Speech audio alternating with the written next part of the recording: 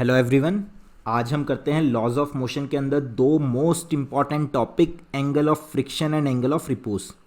School exam के लिए तो आप मान के चलो 100% है, ये दो क्वेश्चन तो स्कूल में आएंगे ही आएंगे मिनिमम 3 मार्क्स में, कि एंगल ऑफ फ्रिक्शन क्या होता है, एंगल ऑफ रिपोज क्या होता है। तो लास्ट क्लास में मैंने आपको होमवर्क भी दिया था एंगल ऑफ फ्रिक्शन। चलिए जी, आइए डिस्कस करते हैं। तो एंगल ऑफ फ्रिक्शन कौन सा एंगल होता है? तो जनरली एंगल ऑफ फ्रिक्शन को हम थीटा से डिनोट करते हैं। एंड क्या होता है कि मान लेते हैं ग्राउंड के ऊपर एक ब्लॉक रखा हुआ है, हमने एम मास का ब्लॉक रखा हुआ है। बाहर मैंने इसके ऊपर कोई फोर्स लगाई, एक्सटर्नल फोर्स, पीछे फ्रिक्शन भी है। कौन सी फ्रिक्शन है? ये जो ब्लॉक है ये जस्ट टेंड्स टू मूव है, जस्ट मूव करने ही वाला है। उस टाइम जो फ्रिक्शन लगती है, मैक्सिमम फ्रिक्शन लगती है, और उसे हम क्या बोलते हैं? Limiting friction force. तो लिमिटिंग फ्रिक्शन फोर्स को हम एफ लिमिटिंग भी लिख लेते थे, और यहाँ पे फिलहाल मैंने उसको एफ कहा हुआ है कि पीछे एक लिमिटिंग फ्रिक्शन लग रही है, कैपिटल एफ। ओके, और कौन सा वेट लगेगा इस पर? फोर्स लगेगा, नीचे वेट लगेगा एम जी। हर बॉडी का लगता है वर्टिकली डाउनवर्ड, ग्राउंड के साथ टच में, और ग्राउंड ने ही लिमिटिंग फ्रिक्शन लगानी है। तो पहले क्या लगेगा? ग्राउंड कॉन्टैक्ट फोर्स लगाएगी एन।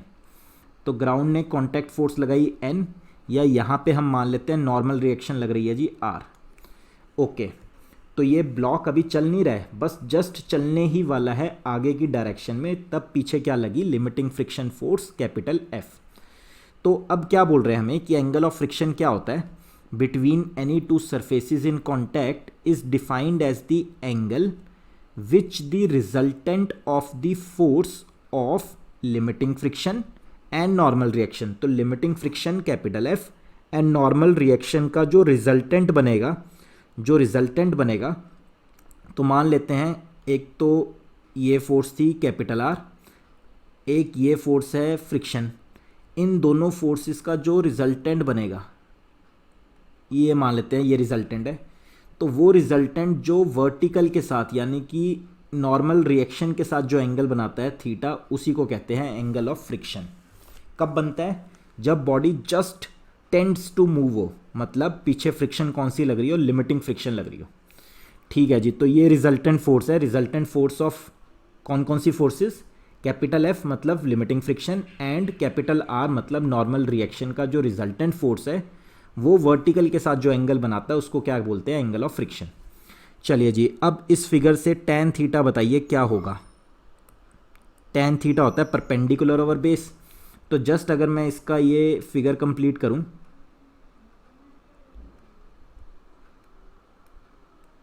तो इस ट्रायंगल से आप क्या कह सकते हो? टेन थीटा कितना होगा? तो जो फोर्स होती है वेक्टर क्वांटिटी होती है। वेक्टर की बड़ी अच्छी प्रॉपर्टी है, पता है आपको, किसी भी वेक्टर को उठा के कहीं पे भी रख लो तो टेन थीटा क्या होता है? या रिजल्टेंट याद करो, रिजल्टेंट क्या होता था? रिजल्टेंट किसी एक वेक्टर के साथ एंगल बना रहा है, और हमारे पास जो दोनों फोर्सेज है वो दोनों कैसे आपस में? परपेंडिकुलर। तो वेक्टर्स में याद करो कि रिजल्टेंट जब किसी एक वेक्टर के साथ एंगल बनाता था तो हम क्या लेते थे? दूसरे वाला फोर्स ऊपर, दूसरे वाला वेक्टर ऊपर, अपॉन जिसके साथ एंगल बना रहा है वो। तो tan theta is equal to f upon r, perpendicular over base. तो ये परपेंडिकुलर आप इधर भी कह सकते हो कि ये एफ है बेसिकली। तो परपेंडिकुलर ओवर बेस, बेस कितना है? आर, यानी कि नॉर्मल रिएक्शन। चले जी, ओके। तो एफ क्या है? Limiting friction. Limiting friction force का आंसर कितना होता है? म्यू एस इंटू एन, या म्यू एस इंटू आर, क्योंकि आर क्या है? Normal reaction. तो आर से आर कट, तो टेन थीटा कितना आ गया जी? तो mu s is equal to tan theta, जिसमें थीटा क्या है? Angle of friction. थीटा क्या है? Angle of friction. और आप ऐसे भी लिख सकते थे, theta is equal to tan inverse mu s. कभी कभी इस तरह से भी आ जाता है डिराइव करने को। चलिए जी, एक तो हमने डिराइव कर लिया एंगल ऑफ फ्रिक्शन क्या होता है। स्टेटमेंट भी आएगी स्कूल एग्जाम में, तो एज इट इज़ लिखनी है आपको, और ये छोटी सी डेरिवेशन आएगी, तो ये रिजल्ट आपको याद रखना है।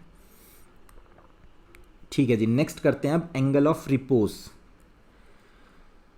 तो सेकंड है एंगल ऑफ रिपोज। तो एंगल ऑफ रिपोज क्या होता है? चलिए देखते हैं। एंगल ऑफ रिपोज और एंगल ऑफ स्लाइडिंग भी कहते हैं इसे, अक्सर हम इसको अल्फा से डिनोट कर देते हैं। is defined as the minimum angle of inclination of a plane with the horizontal such that a body placed on the plane just begins to slide down the incline। मतलब ये देखिए, मान लेते हैं, तो मान लेते हैं कोई प्लेन है, यहाँ पे मैंने कोई बॉडी रखी हुई है, तो ठीक है अपने आप तो ये मूव नहीं करेगी। अब मैंने क्या करा, इसको थोड़ा सा इंक्लाइन कर दिया इस तरह से, अब बॉडी यहाँ रख दी, ठीक है ये बॉडी अभी भी रेस्ट में है, थोड़ा सा इंक्लाइन और बढ़ा दिया तो ये एंगल ठीक है, थोड़ा और बढ़ा दिया। अब ये बॉडी हो सकता है थोड़ी देर बाद ये नीचे की तरफ स्लाइड करना स्टार्ट कर दे, थोड़ा थोड़ा सा करके आप एंगल बढ़ाते जा रहे हो, तब तो कहते हैं वो एंगल, तो वो मिनिमम एंगल अल्फ़ा अब थोड़ा सा और अगर बढ़ा दें तो ये body just begins to slide हो जाएगी, slide down the incline plane. ये इंक्लाइन प्लेन पे फ्रिक्शन है, तो फ्रिक्शन ने इसको रोका हुआ था, नीचे नहीं गिरी थी। कौन सी फ्रिक्शन, तो just begins to slide, just हल्का सा बस अब स्लाइड करने ही वाली है। तो जब चीज़ स्लाइड करने ही वाली है तो पीछे कौन सी फ्रिक्शन लग रही होगी, जस्ट टेंड्स टू मूव है, तो टेंड्स टू मूव के दौरान कौन सी फ्रिक्शन लगती है, फिर से लिमिटिंग फ्रिक्शन। लिमिटिंग फ्रिक्शन को आप एफ लिमिटिंग, तो लिमिटिंग फ्रिक्शन फोर्स लग रही थी, मैक्सिमम लग रही थी, तब तक बॉडी बची हुई है, नहीं फिसली, नीचे की तरफ स्लाइड नहीं करी। अब अगर आपने थोड़ा सा भी एंगल और उठा दिया इंक्लाइंड प्लेन का तो ये बॉडी नीचे स्लाइड करनी स्टार्ट कर देगी। और क्या फोर्स लग रहे हैं, वेट हर बॉडी का लगता है, वर्टिकली डाउनवर्ड लगता है, और इंक्लाइंड प्लेन के साथ कांटेक्ट में है तो कांटेक्ट फोर्स कैपिटल आर या कैपिटल एन भी ले सकते थे। और कौन सी फोर्स लग रही है, डेट्स इट।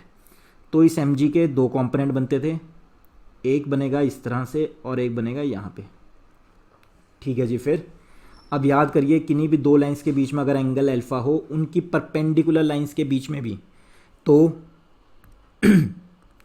ये जो बेस है, बेस के परपेंडिकुलर होगी ये वाली लाइन, एम वाली लाइन, एंड जो इंक्लाइंड प्लेन वाली लाइन है उसके परपेंडिकुलर होगी ये वाली लाइन, तो इनके बीच में भी एंगल क्या रहेगा, अल्फ़ा।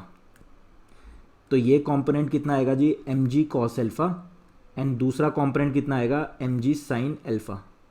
अभी तक ये सिस्टम रुका हुआ है, जस्ट इसके बाद चलना स्टार्ट कर देगा।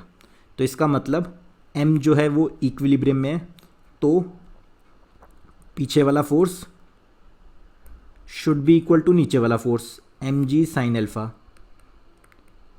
एंड ऊपर वाला फोर्स कैपिटल आर, इस अंदर वाला फोर्स वर्टिकल इक्विलिब्रियम भी सोच लिया हमने, हॉरिजॉन्टल इक्विलिब्रियम भी सोच लिया, m g cos alpha. Cutting की तो राइट साइड पे आ गया sine upon cos is tan alpha, left side पे लिमिटिंग फ्रिक्शन फोर्स का आंसर कितना होता है, mu s into R upon R, R से आर कट। अरे ये तो वही आंसर आ गया जो अभी अभी एंगल ऑफ फ्रिक्शन में आया था। तो म्यू एस तब टेन थीटा के बराबर था, अब म्यू एस टेन अल्फ़ा के बराबर है। और आप अल्फ़ा को और क्या लिख सकते हो, ten inverse mu S, ten inverse mu S. वहाँ पे भी मैंने क्या लिखा था, थीटा को क्या लिखा था, टेन इनवर्स म्यू एस। तो टेन अल्फ़ा यहाँ पे और टेन थीटा वहाँ पे, दोनों ही म्यू एस के बराबर है। अपनी अपनी जगह पे बड़े ध्यान से देखें तो ये दोनों ही सेम बातें हैं। वहाँ पे भी मैंने क्या कहा था कि जस्ट टेंड्स टू मूव है, लिमिटिंग फ्रिक्शन लग रही थी, और वहाँ से कहीं से हमने थीटा निकाला था। यहाँ पे भी मैंने क्या बोला, इंक्लाइन प्लेन के साथ ये प्लेन, ये जो ब्लॉक है एम मास का, जस्ट बिगिंस टू स्लाइड है, तब कौन सी फ्रिक्शन लग रही है, लिमिटिंग फ्रिक्शन फोर्स। तो टेक्निकली कहीं ना कहीं आप ये कह सकते हो कि म्यू एस ही टेन थीटा होता है एंड म्यू एस ही टेन अल्फ़ा होता है, तो which implies theta is equal to alpha. तो टेक्निकली मैग्नीट्यूड वाइज वैसे कंसेप्ट डिफरेंट है, बट कहीं ना कहीं एंगल ऑफ फ्रिक्शन ही एंगल ऑफ रिपोज है। एंगल ऑफ फ्रिक्शन की जो वैल्यू आती है वो एंगल ऑफ रिपोज के बराबर ही आती है।